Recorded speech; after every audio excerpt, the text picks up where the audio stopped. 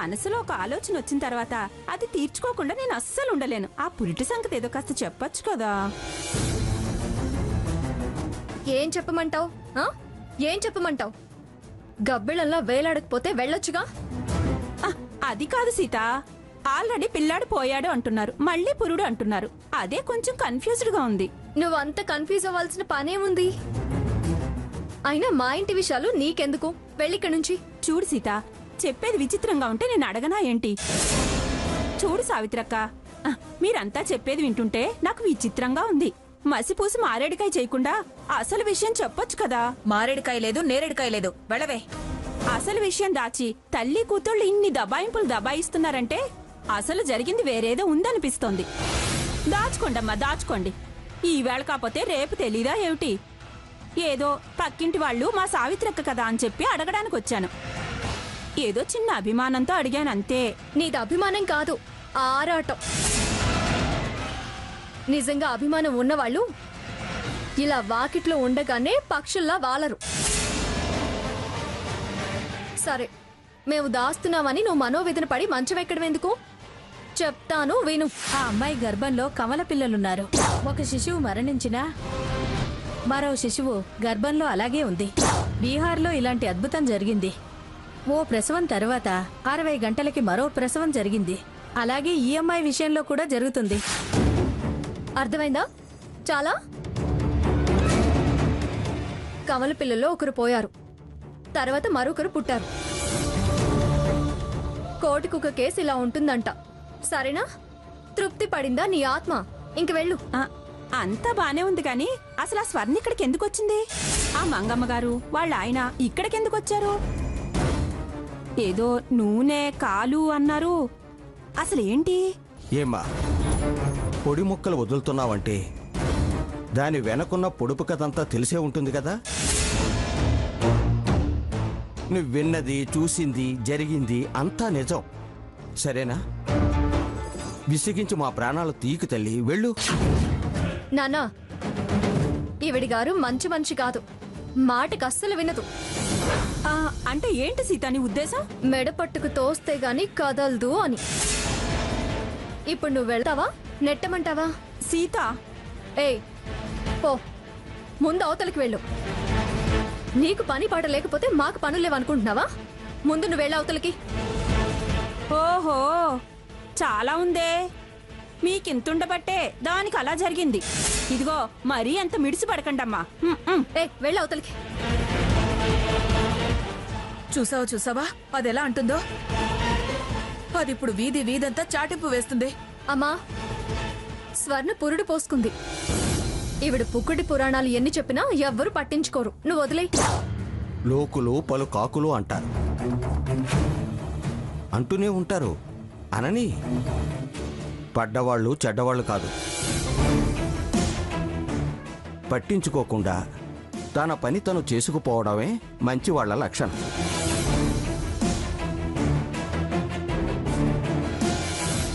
అమ్మా, ఏంటమ్మా ఆవిడ గురించి నువ్వు ఆలోచిస్తున్నావు? ఆవిడ మాటలు మనకేమైనా కొత్త? నువ్వు త్వరగా వెళ్ళి వంట చెయ్యి. రఘు క్యారేజ్ తీసుకువెళ్ళాలిగా.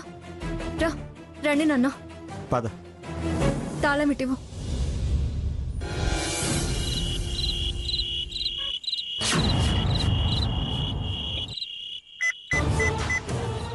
ఏమే భాగ్యం, పురుడా పుణ్యం అని ఎక్కిరించావు కదే. ఇప్పుడు చూడు, ముని మనవడు పుట్టాడు. కావాలంటే రావే, హాస్పిటల్కి చూపిస్తాను. అత్తయ్య గారు, పాలు తాగి నిద్ర మాత్రలో వేసుకోండి. నిద్ర మాత్రలేమిటి పిచ్చి మొహ? ఈ రోజు నిద్రపోకుండా హాస్పిటల్ నుంచి ఎప్పుడు ఫోన్ వస్తుందా, దానికి ఎప్పుడు మెలకు వస్తుందా అని ఎదురు చూస్తున్నాను. ఎప్పుడు కబురిస్తే అప్పుడు పరిగెత్తుకుంటూ వెళ్ళిపోవడమే. నా ముని మనవాడిని కళ్ళారా చూసుకోవాలి, వాడిని ముద్దాడాలి. అప్పుడు అప్పుడు నాకు నిద్ర వస్తుంది. ఎప్పుడు తెల్లారుతుందా అని ఎదురు చూస్తుంటే నిద్ర మాత్రలు వేసుకోమంటావేమిటి పిచ్చి మొహందనా?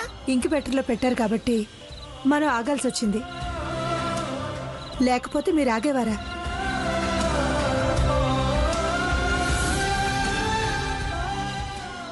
ఇదిగో, కళ్ళు తెరవగానే సెకండ్ కూడా ఆలస్యం చేయకుండా నువ్వు నాకు ఫోన్ చేయాలి.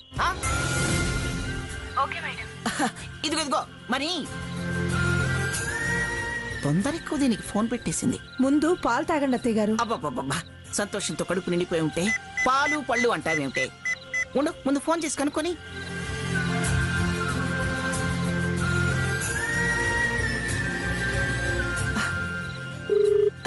లక్ష్మి, ఫోన్ రింగ్ అయిందే. ఈ సిస్టర్ ఒకటి. హలో హలో, నేను పిఠాపురం మంగమ్మని మాట్లాడుతున్నాను. నమస్తే మేడం. ఈ నమస్కారాలన్నీ తర్వాత గాని ముందు నా మనవరాలకి మెలకు వచ్చిందా చెప్పు. చెప్పవే, మెలకు వచ్చిందా రాలేదా? ఇంకా రాలేదండి. ఇదిగో, అది కళ్ళు తెరవగానే ఒక సెకండ్ కూడా ఆలస్యం చేయకుండా నాకు ఫోన్ చేయాలి. అర్థమైందా? అలాగే మేడం గారు. అవును, నా మునిమనోడు ఏమంటున్నాడే? కదులుతున్నాడా? అటు ఇటు చూస్తున్నాడా? లేదండి, ఇంక్యుబేటర్లో ఉన్నాడు. ఆ సంగతి నాకు తెలుసులే. వాడు కదులుతున్నాడా లేదా అని అడుగుతున్నాను. ఇంకా లేదండి. ఇదిగో చూడమ్మాయ్, వాడు పిఠాపురం వారసుడు. వాడిని జాగ్రత్తగా చూసుకోవాలి. Okay madam. మీరు మాటి మాటికి డ్యూటీలు మారకండి. వాడి దగ్గరే అంటి పెట్టుకుని ఉండాలి. వాడిని తిరిగి ఇంటికి తీసుకొచ్చేంత వరకు వాడిని నువ్వే కంటికి రెప్పలా చూసుకోవాలి. నీకు కావాలంటే చంద్రహారం ఇచ్చేస్తాను. ఏంటి చెప్పేది గుర్తుందా?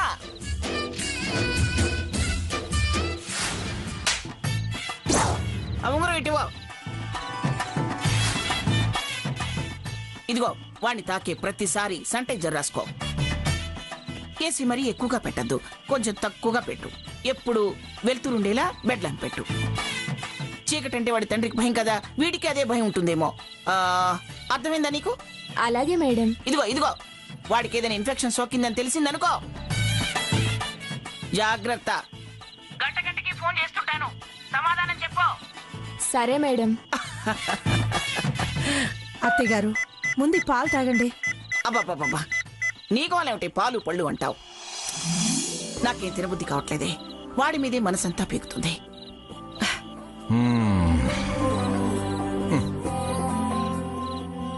చూడు మంగా, వాడి మీద మనసు పీగుతుందని నువ్వేమీ తాకుండా తినకుండా ఉంటే రేపు కాళ్ళు చేతులు పీగుతాయి. ఏమండోయ్, నాకు మునిమనవడు పుట్టాడన్న ఆనందం 1000 ఏనుగుల బలం ఇచ్చిందండి. ఏ నీరసం నా దగ్గరికి రాదు, భయపడుతుంది అది. లక్ష్మి, ఆ పాలు అక్కడ పెట్టేళ్ళు. ఏ రాత్రిపూట అవసరం వస్తే తాగుతానులే, అక్కడ పెట్టేళ్ళు. అలాగే అత్తయ్య.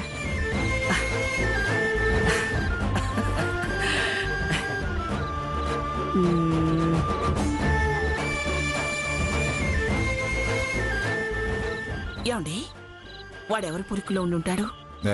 ఎలా ఉండేదేముంది, తాతలాగానే ఉండి ఉంటాడు.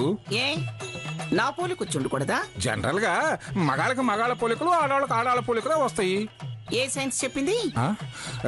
జనరల్ సైన్స్ నా సెన్స్ చెప్తున్నాయి. చాలే ఆపండి. మగాళ్ళకి ఆడాళ్ల పోలిక, ఆడాళ్ళకి మగాళ్ళ పోలిక వస్తే అదృష్టం అంటారు. అయితే నీ పోలికలే వచ్చి ఉంటాయిలే. ఎందుకంటే వాడి తాతకి తండ్రికి నీ పోలికలేగా వచ్చింది. ఇది కరెక్ట్ సైన్స్. పైగా వాడు అదృష్టవంతుడు కాబట్టి నా పోలికే వస్తుంది.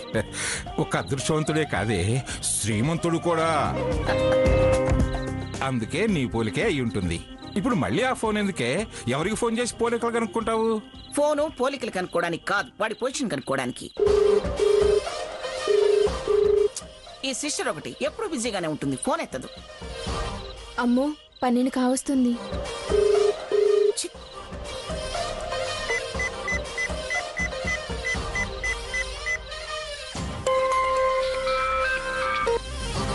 Hello madam. సిస్టర్ చెప్పండి మేడం. ఎలా ఉన్నాడు వాడు? బాగున్నాడండి. లేచాడా? ఏడుస్తున్నాడా? ఉలికి పడ్డాడా? ఇంకా లేవలేదండి. ఇదిగో, ఏ పాలు పడితే ఆ పాలు పట్టకండి. మురిపాల కంటే ముర్రుపాలు ముఖ్యం అంటారు, అవే పట్టాలి. అలాగే మేడం. మంగా, ఇక పడుకో. నాకు ఈ ఆనందంలో నిద్ర రావట్లేదండి. మళ్ళీ ఎందుకే ఫోను? ఏం గుర్తుకొచ్చింది?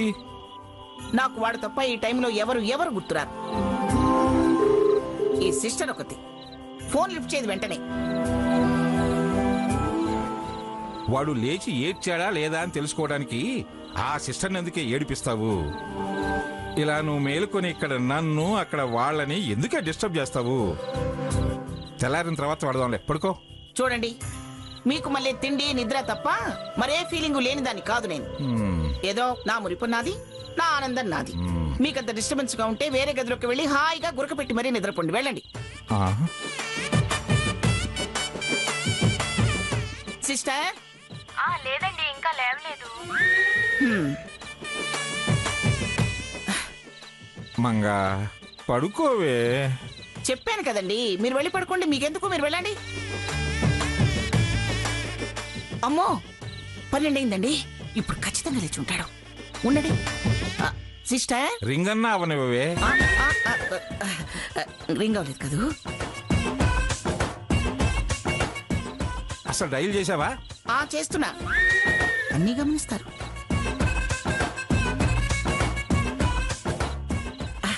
సిస్టర్ లేచాడా? ఇంకా లేవలేదండి. వాడు ఇంకా లేవలేదంట.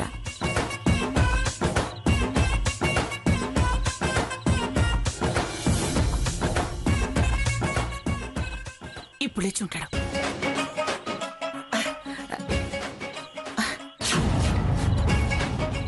సిస్టర్ లేచాడా? లేదండి. ఇదొక నిద్ర ముఖంది. మంగా 2 అవుతుందే, ఇంకా పడుకోవే.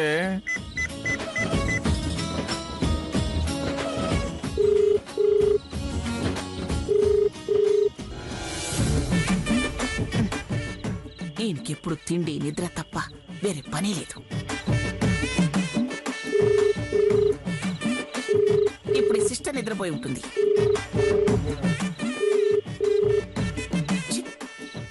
తెల్లారిని పొద్దున్నే దాని పని చెప్తాను.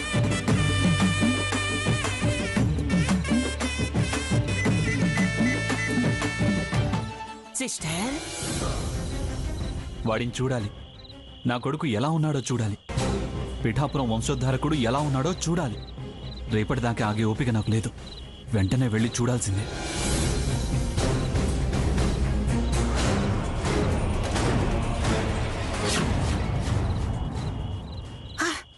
ఐదు అయిపోయింది. తొందరగా రెడీ అయిపోయి హాస్పిటల్ వెళ్ళిపోవాలి.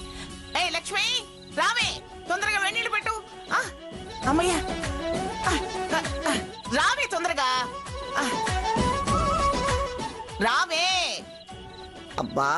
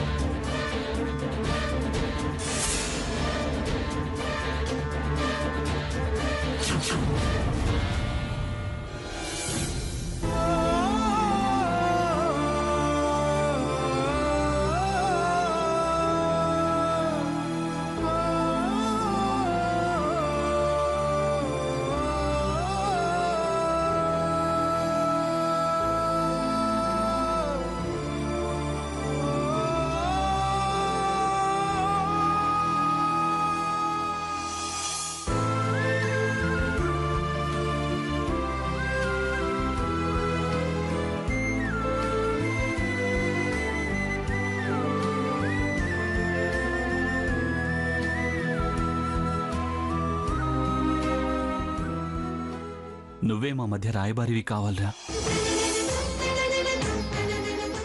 నేను ఇలా దొంగతనంగా చూసే పరిస్థితి వచ్చిందిరా నాకు.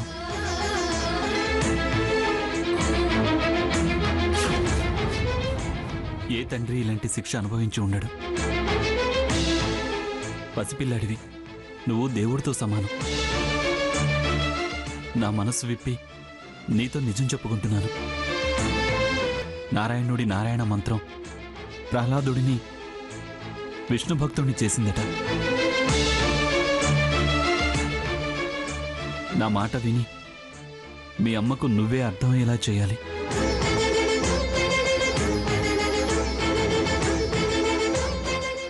నేను తప్పులు చేశాను, మీ అమ్మతో తప్పుగా ప్రవర్తించాను, అది నిజం.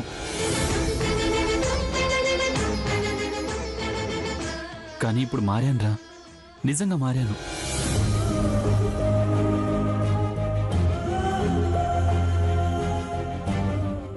స్వర్ణను మనస్ఫూర్తిగా ప్రేమిస్తున్నాను, కానీ తను నన్ను నమ్మటం లేదురా. ఎలా అయినా మీ అమ్మ మనసు మారేలా చూడాలి.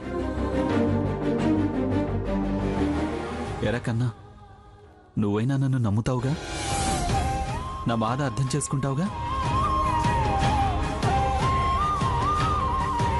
నాన్న, నేను మూర్ఖుణ్ణి కావచ్చు, కానీ హంతకుణ్ణి కానురా. ప్రాణాలు తీసేంత పాపాత్ముణ్ణి కానురా. ఏ జన్మలో చేసిన పాపమో ఈ జన్మలో ఇలా అనుభవించాల్సి వస్తోంది. పశ్చాత్తాపానికి మించిన శిక్ష లేదు అంటారు. నేను గతంలో చేసిన తప్పులు తెలుసుకున్నాను, మన్నించమని వేడుకుంటున్నాను. కానీ తను నన్ను ద్వేషిస్తోంది.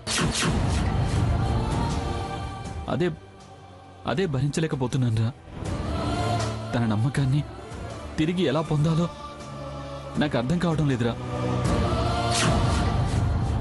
నువ్వే మమ్మల్ని ఒకటి చేయాలి. నీ ప్రేమే మాలో ప్రేమని పెంచాలిరా.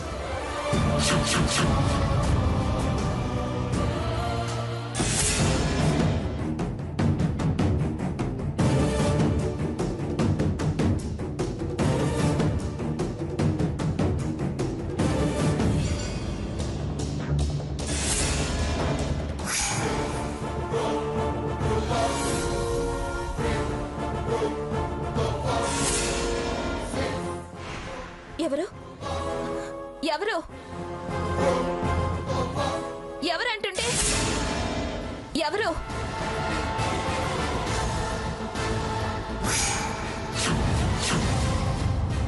దొంగ దొంగ దొంగ దొంగ దొంగ! స్వర్ణ, ఎక్కడ స్వర్ణ?